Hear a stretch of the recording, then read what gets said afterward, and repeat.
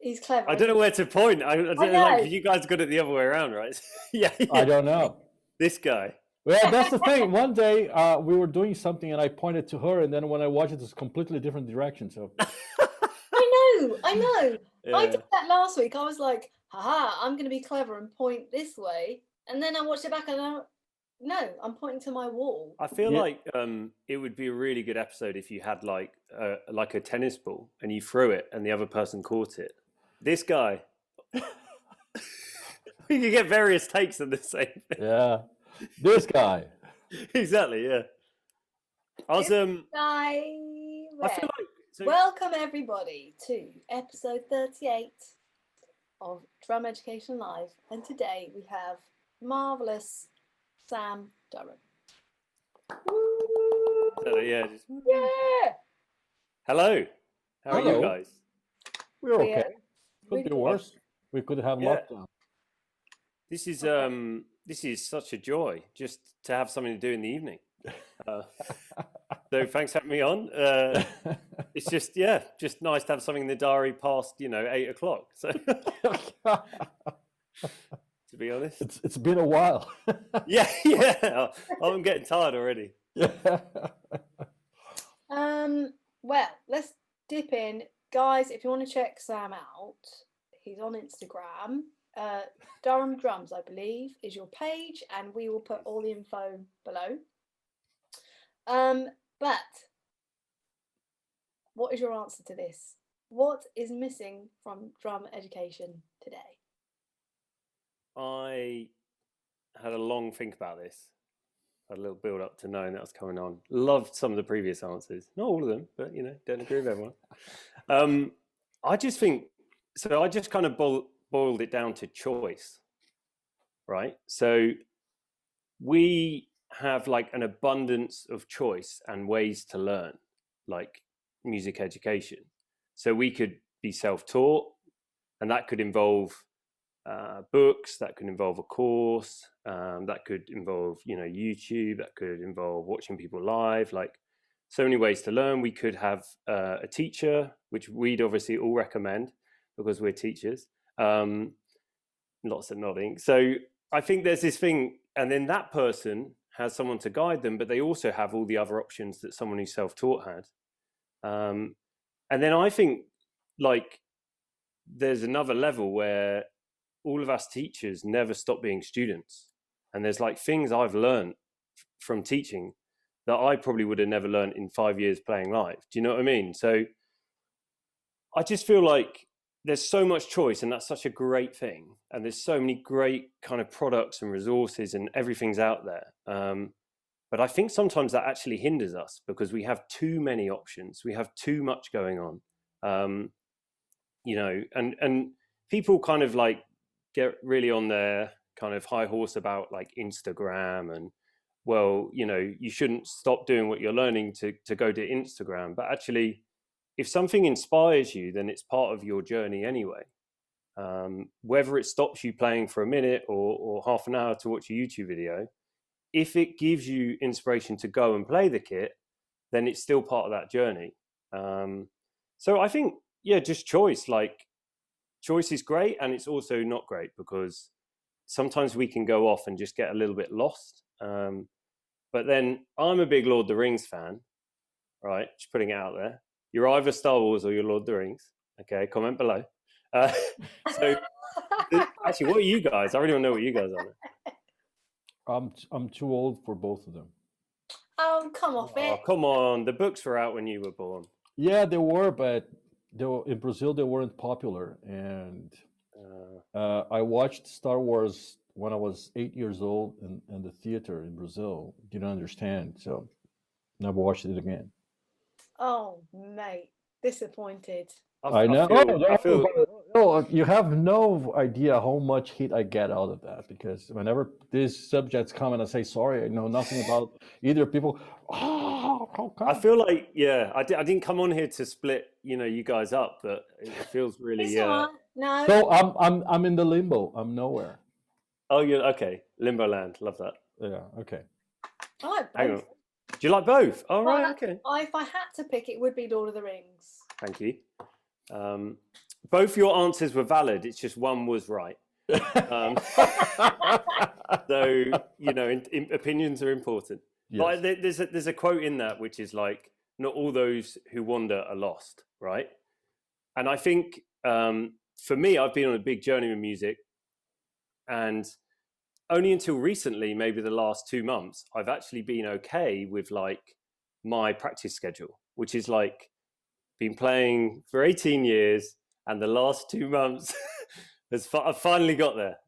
And people think, they assume that means that I have like a really rigorous routine or I'm doing this or that. But actually, like, I allow myself the flexibility to go off and see things that are new and experience things within the structure. You still need a bit of structure, but I've just learned, for me, that's the way my brain works.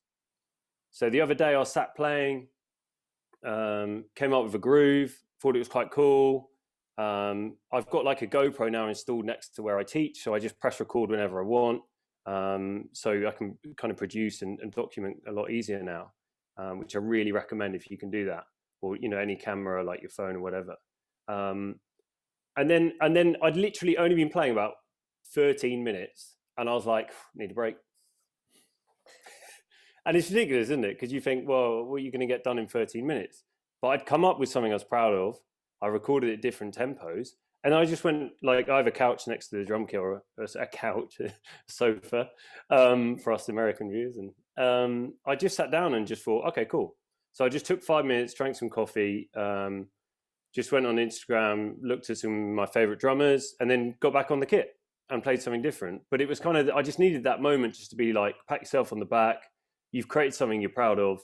Don't just like go straight into the next thing. So I don't know, it's each to their own. And I think we're all forever going to find a different way of doing one thing, you know, and that's what I love about teaching. You know, I probably see maybe 40, 45 students a week, and I could give them all the same exercise, and they're never going to play it the same. They're never going to interpret it the same. So I don't know. It's it's a great joy to be part of education, I think, and a privilege really to be on that journey. So just kind of follow what you think's right, you know. Yeah, and you said something important, like you show the same exercise. They will all do it different, and they also will understand it different. So you'll have to find different ways of explaining, because people understand things differently. 100%. And I think that's what you get really good at with experience, is you just, like, you say something one way. Okay, cool. Now I'll play it for you. Okay, now I'm going to say it differently. And you can think of 5 or 6 ways of saying something. And that makes you a better player, because your understanding progresses. So it's a funny thing being paid to teach, because you end up inadvertently getting a lesson yourself. So they're kind of like, it's a funny thing getting paid to do music, to be honest. You know, it's so much fun that first time I got paid, I felt guilty. Really? That's interesting. Yeah. Well, I was 17 years old, but you know, I was doing for free already. And then somebody at the end of the night gave me a couple quid. I was like, wow. Well, this is my first experience of, I play football, right? I'm not very good. But I used to play go drums. I'm not very good. Yeah. We all have our thing. But it's this thing about, like, I used to go with my dad to be the linesman at football games. I don't know why. I probably should have been hanging out with people who were closer to my age bracket, maybe. But it was like a day out every Saturday. And then one day I went to this game, and it's before Christmas, and not all the players turned up. And I must have been about like 14, I think. And, you know, it's like most of the players were over 40. Like, that was the youngest. And they were like, do you want to go and goal? And I was like, okay. You know, when you're just like a kid, you're just like, okay, cool. Yeah. You know, you do things. And then at the end, they had like a whip round. They gave me like 35 quid. And I was like, it blew my mind. I was like, oh my, I'm a professional footballer. I've made it. But it is, I totally see what you mean about that, in terms of like, I think like in our position where we can do this all the time, it's such a privilege. And like this year, you know, it's rocked a lot of people that I know creatively. And a good friend of mine said to me during the pandemic, I said, oh, you know, I don't know whether I can make this work. You know, it pains me to say it, kind of thing. And he just said, they were literally like, you're the envy of all your friends. Like, everyone wants to do your job. And I was like, yeah, that's kind of true. Like, not in terms of like everyone wants to play drums, but everyone wants to work for themselves. Everyone wants to have a creative outlet and do that all the time and meet great people, you know, like chatting to you guys tonight. And the people you meet through music are so special. So yeah, I can't remember where we're going with that, but that was the end of that. Matter, because I'm going to ask you something. At the beginning, you said that you checked some of the answers to the question Kira asked you, and you said you liked most of them. Some you didn't like. So whose answer you? Oh no, you're not going there. So I've made a naughty list and a nice list. I just think when people answer that, they're answering from here in terms of, you either chime with them or you get a like, it's not for me, you know, like, and I think that depends on the experiences you've had as well. But definitely, I can't actually remember the guy's name you had on, and he was saying that, I don't want to say it because I'll just like paraphrase it completely wrong and he'll get really annoyed. But basically, like, just do kind of follow your instinct. If you're enjoying something, do it more, like an exercise, for example, and kind of keep going, see how far you can get with it. And if there's some resistance, there's a reason for that. You need to kind of look at that rather than being like, I'm going to keep going, and then you get demoralized, you don't want to practice, or you keep going, you get it, and then you think, okay, great. You know what I mean? Like, if you don't see the kind of purpose for it, that's where I think you watch people struggle. But it's such a wide, like, education, there's so many facets as well. Like I was saying, all those different things you can do to learn. You can read an article about drums. Like, I picked up a book at the charity shop, one of my favorite shops, and it's literally like the history of drums. Because people occasionally ask me, like, why is the second tom line on that line? Like, why was it built like that, the stave? And I just tell them what I think is the answer that I read from this book. But like, if you guys read it, you'd probably tell me I'm wrong. But it's kind of like, if you're passionate enough about something and you want to have conversations about it, people will ask. And I feel a little inferior if I don't know. So I like have to keep growing. But yeah, it's kind of, it's just a great journey, isn't it? I mean, you guys understand that. It's kind of preaching to the converted, as it were. Well, which is a lot easier. Yeah. yeah, for sure. Oh, believe me, I've tried to preach to the young converted, guitarist and bassist. I have a question. So you used to teach at primary school, right?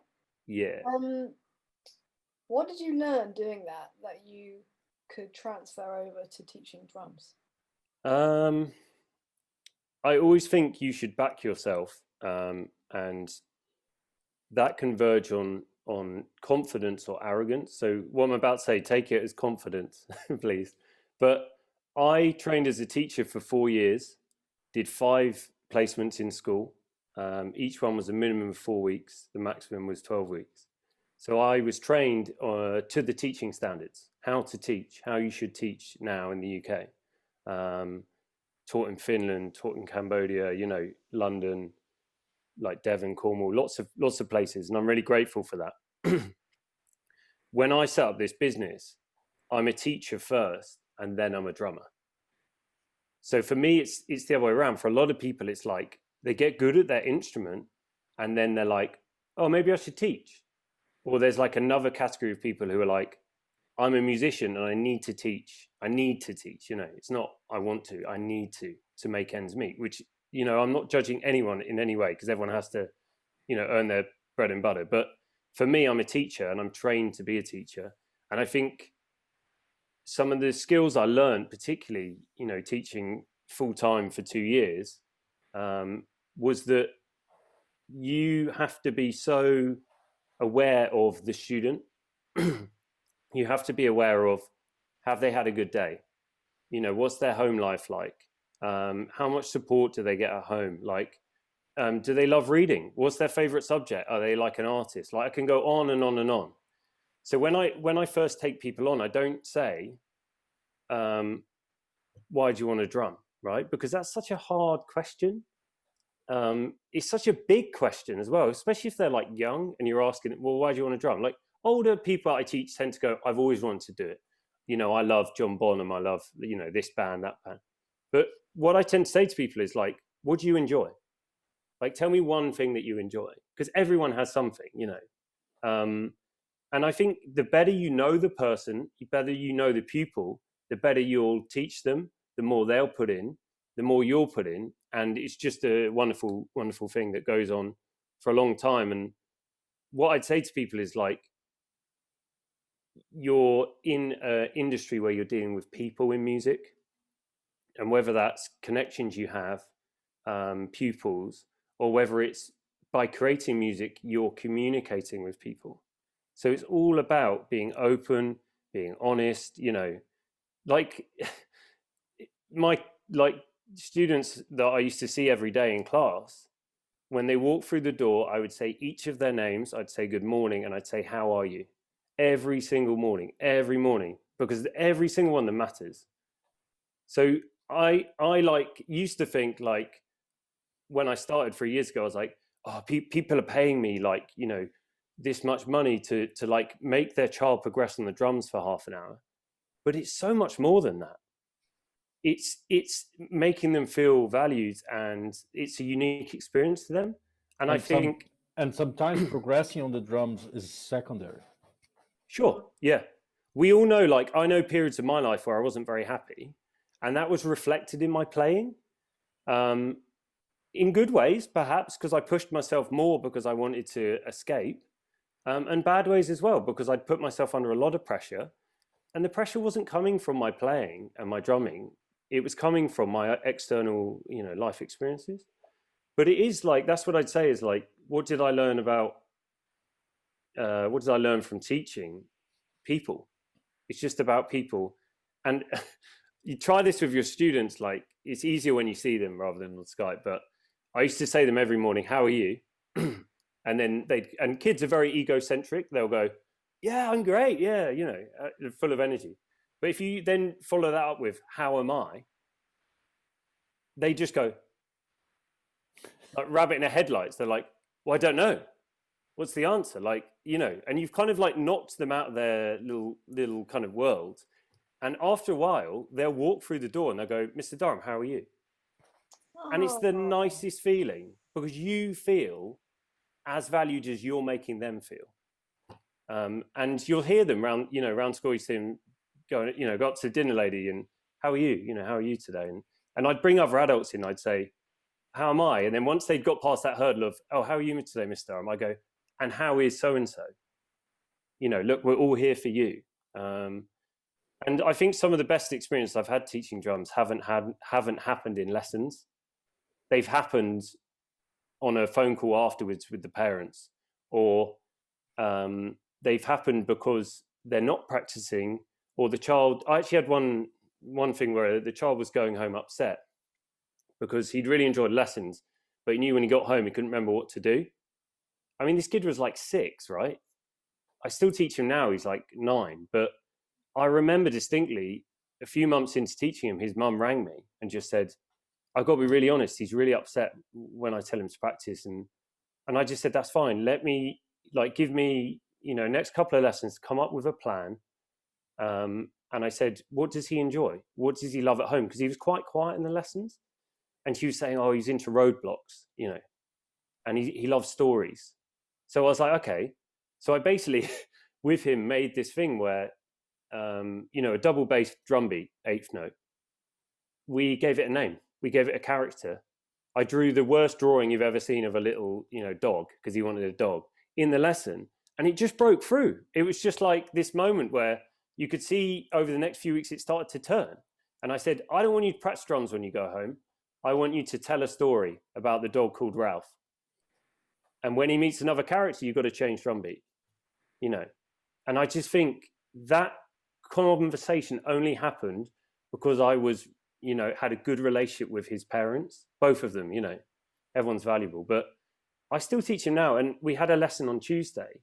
And I set in the task of the week, said, design some linear patterns. You know, it's like I'm obsessed about it at the moment. So unfortunately, my students have to suffer when I get obsessed with something. But he was laughing, joking, like he'd make mistakes. He was smiling, like he wasn't afraid, you know, of mistakes. And I think we really put ourselves under a lot of pressure. And I think if you can diffuse that with a little joke, or when you do an example, make a mistake, like it's totally okay. And I say to, I had another, you know, in that lesson, he made a mistake, and I went, "What was that? That was great. Can I play it to you?" You know, and it just became this whole thing, and the whole lesson was just so full of joy. And you look at where we were 3 years ago with him in tears, but just really listen is what I'd say. Don't hear, listen, and that's so like, I mean, it's a good lesson for life, but really sit back. What's going on here? How can I make it more positive? So teaching gave me so much, and I like to think that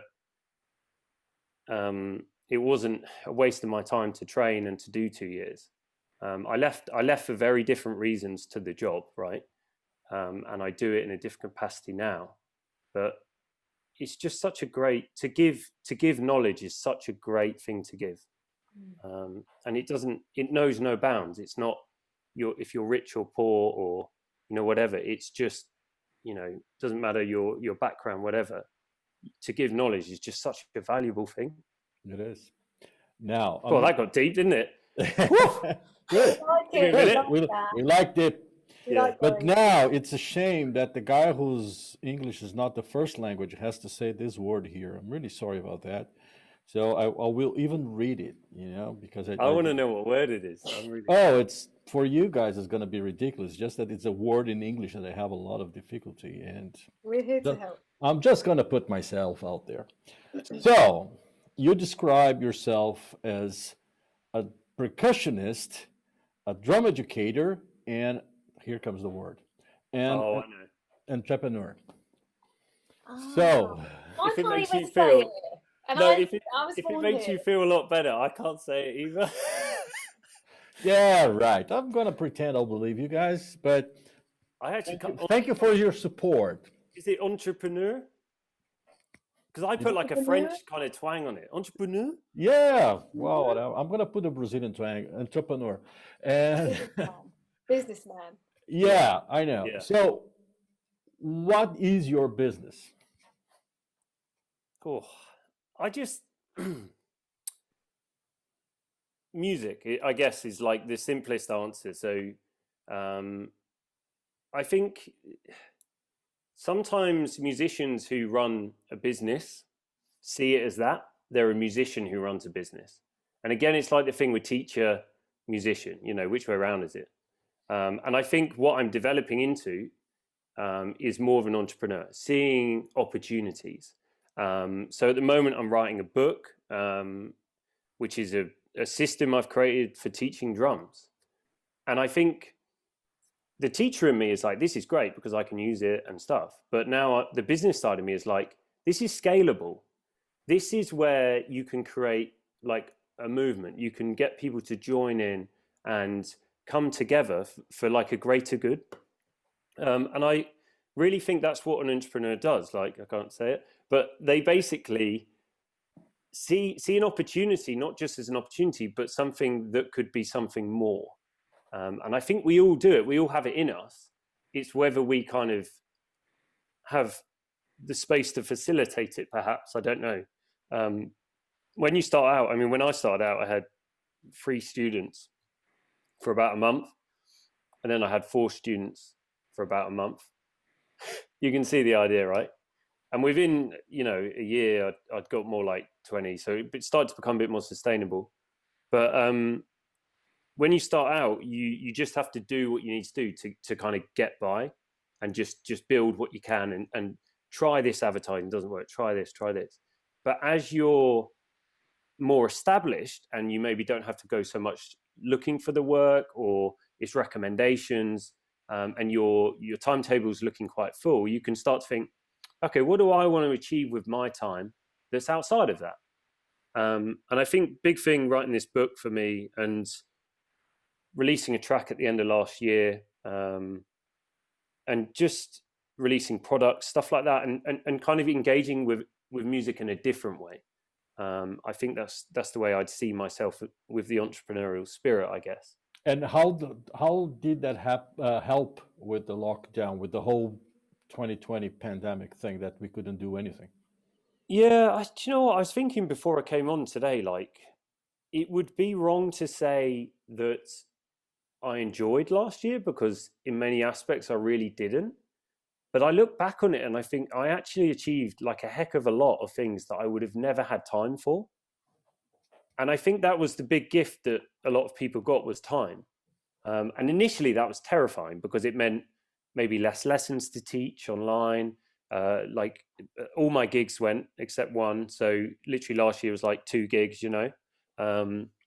And it was like going into this third lockdown has been like, oh, I kind of get this now. I kind of get how it works. I'm going to lose a couple of hours. Maybe I should just do this, or, you know, look at your waiting list, or see if you can change somebody from half an hour to 45, you know, little things like that, and be flexible. Knowing that you have the setup to do it is massive. But yeah, a lot of these things like that will come to fruition in 2021 would never have happened without 2022 happening.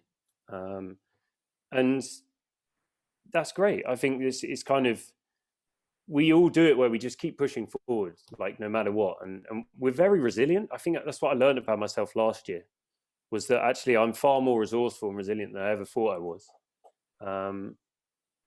So I think if you get a business idea, they reckon there's 2 reasons you've never seen that idea. One of them is like, it's a terrible idea. And the other one is there's no market for it. Like, so then you look at that and you're like, is there no market for it because no one wants it, or no one's done it yet? And you kind of move forward. A lot of mine just go in the terrible idea bank. You know, it's like the story of Ed Sheeran writing, you know, 100 songs a month or a day or whatever it was he was writing. And then he only released 20 a year because they were the good ones. That's how my brain works. It's just like full on. It's just going to chuck ideas out. Some of them will stick, some of them won't, but that's okay. Like, I'm okay with that. And I just keep a list of them all and just look at them whenever I can. Are you wearing one of your cool t-shirts? I am, yeah. Look, there you go. Ooh. Be the drummer. Yeah. So this is kind of, so again, something that came out last year. I just, I think people should always be their own player. They shouldn't compare themselves too much. I think there's a place for comparison because it pushes you on. But I think that just be yourself, be who you are. So I designed these last year. Went to a local shop that prints, instead of, you know, getting them done internationally or whatever, to try and support a local business. And it's just great. And like, you pinch yourself, like when you have a lesson and one of your kids walks in on one of these and I went, oh, cool. And then you're like, oh, I did that. Like, I don't know, there's just something really cool about it. You're like, I mean, I don't know how Kanye West feels. He must be like bruised from all the pinches, you know? Like, oh, some more of my clothes. Well, I have to ask you this because, like, you were paralyzed. Yeah. What? Yeah. How, if you don't mind going into it, and also, no, not at all. How did that happen, and how did you get from that to not only walking but drumming again? Like, you've got some very well informed researchers. So nice. So yeah, I was paralyzed from the neck down, and it was terrifying. And I don't exaggerate when I say I thought I was going to die. And I was 22 at the time. And I was in America on holiday at a friend's wedding. Next day, didn't feel so great, but I was still driving around in our hire car. So I said to the guys I was with, "Oh, can you take over? I've got a bit of a headache." Anyway, next thing I remember, I'm in hospital. They told me the story since, wasn't breathing properly in the back seat, unresponsive. And basically I spent, I think, 6 days in hospital in Florida. My mum flew out, bless her. My parents are incredible. My family's incredible. My friends are, and you learn a lot about people in those moments. And they flew out, and there was a day when I was in hospital where we've done all the scans that you could possibly imagine. Thank goodness I had health insurance, is all I would say, because the bill was like $120,000. So I proper raked it in, but they did everything. They weren't sure. It eventually got diagnosed months later as a cluster migraine, which is, at the level I had it, fairly uncommon in terms of current paralyzed. And they said, we can't do anything more for you. I was totally drugged up at the time. I was probably awake about 6 hours a day. I was on everything, tripping out on some wonderful drugs that humans have created. Thought I was flying at one point. Very disappointed just to find that it was the dinner lady.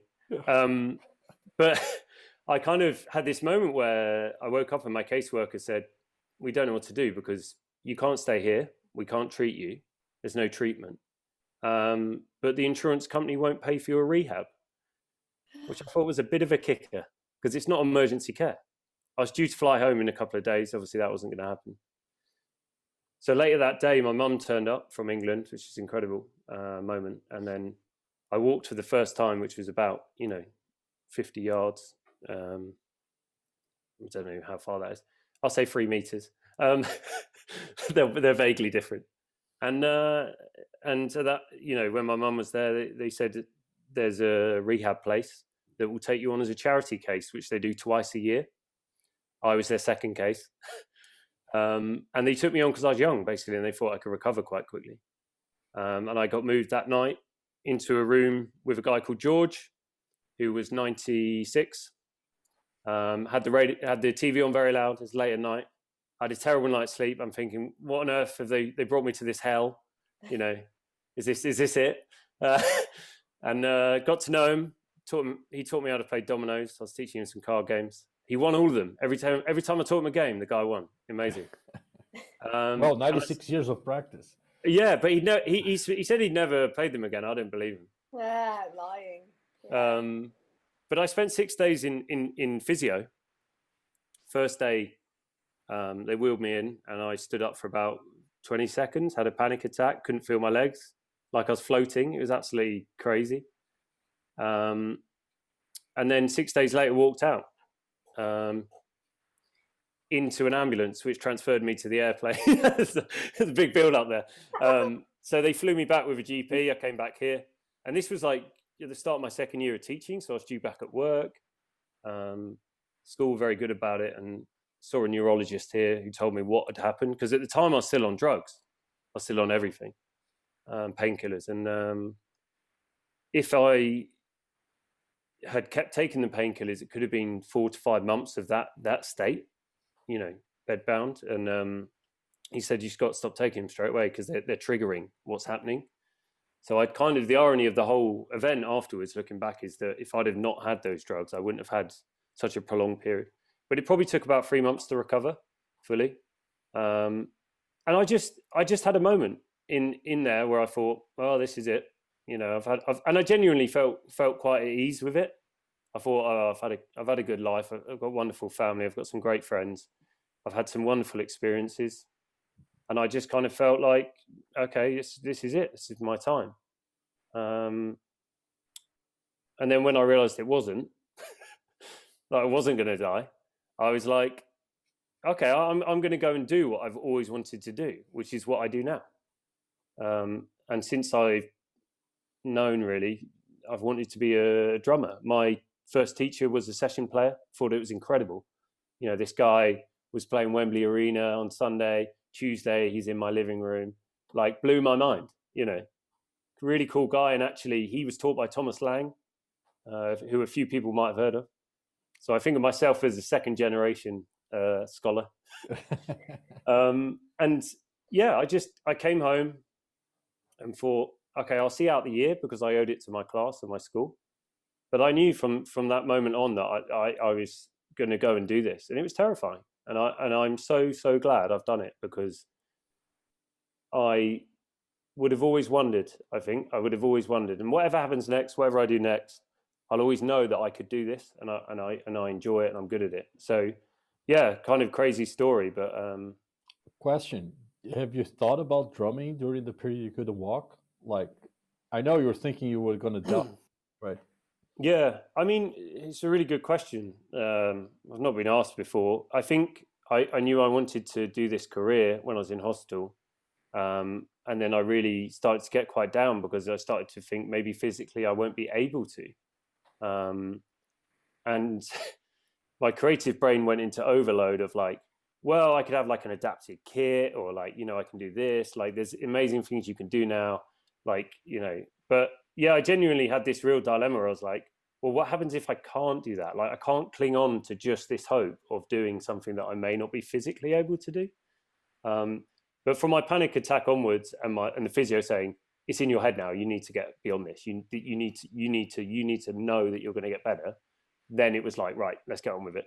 Let's do everything and more that they want me to do, because I just want to get home, and I want to, see my family, and I want to just strive, really. So yeah, Cool. kind of, yeah, just one of those things, isn't it? Okay, Kira, now we're running out of time. Your last question. Oh, make it a good one. Oh God. You really put you on the spot there. That's my job in this. That's my job in drum education life. Put Kira on the spot. I love it. It's great. How does drumming fall into keeping on top of your mental health, if it does? What a great question. What a great. Come on. I said. Let's leave it there then. Let's not answer it. Don't ruin it with a good. Let's end on a high. Great question. Good night. Yeah. And that's all from us. Yeah. That's really impressive. Have you thought about journalism? Dig deep. Come on. Okay. Dig deep. That's a good point. I think, like I said earlier, two months ago, I really hit my stride with practice, and at periods I've had good feelings with music. I think mental health is a really, really tough one. I actually lost a friend to suicide at 19, and it took me 4 or 5 years to deal with that, to the point of not being at all mentally well, which I won't go into. But I've had to come a long way to get to here, and I think mental health is so personal, and I think you have to try. And that is the main word, try. You have to try lots of things. And whether that's music, whether that's, I'm growing bonsai trees at the moment. I don't know how to do it. It's quite fun. Whether that's meditation, whether that's going for a walk, like whatever it is, music for me takes me away. And not just when I'm playing. I can put on an album, listen all the way through, and I am like, whatever I'm doing, I'm in that music, and it wraps me up. And I've felt that for a long time. And I think the key for me personally is that I don't put pressure on myself. And this is something my girlfriend particularly is keen for me to do, is pat myself on the back more and feel that I'm moving forward. And I'm doing a great meditation thing about change. Change happens all the time. It won't stop happening. And I used to really fear it. What happens if the bandmates don't like me? What happens if I don't get the practice in I need before the gig? Like, just know that what you're doing is enough, and just learn. And I think just keep going on that journey, and it will go up and down, and it always will. But I think music for me personally, and other people will have their things listening, it's just something that's not just an escape, but it's an immersion. I'm totally in that thing that's happening. And I sit down sometimes to play, and I play terribly. And what I've learned recently is just be okay with that, and just accept it, and either carry on because you want to let some energy off, or just stop and walk away and know that that's okay as well. So really, like, if you're anything like me, don't be hard on yourself, is what I would say. You're doing great, and I know you're doing great. And like I say a lot on my Instagram, if anyone wants to reach out, you know, my socials are below. Let's have a chat. And I can't promise I'll change your life, but I'm willing to listen. And I think that's what we have to do for each other, is just listen. Great. Amen. Excellent. Amazing. Thank you, sir. It was really good. That's cool. Very, very enlightening. I'm going to, my latest book on Buddhism teaching is coming out next week. I can't help myself. You are a bit of a natural speaker, preacher. That's very kind. That's very kind. You know what I mean? It's like... Yeah. I try and talk. I did a talk about mental health at the start of last year, and I met some great people. It was about music and networking. And I try and do as much as I can. I know it leaves me vulnerable, perhaps, to do too much. So I have to be careful not to give too much, because I'm a very giving person. But I love talking, and I love chatting to people. So, like, you know, the hour's up, but, you know, so be it. We'll sit here again, even if it's not recorded. It's been great. We're gonna do part 2 in the future, no doubt about it. Yeah, cool. I look forward to it very much.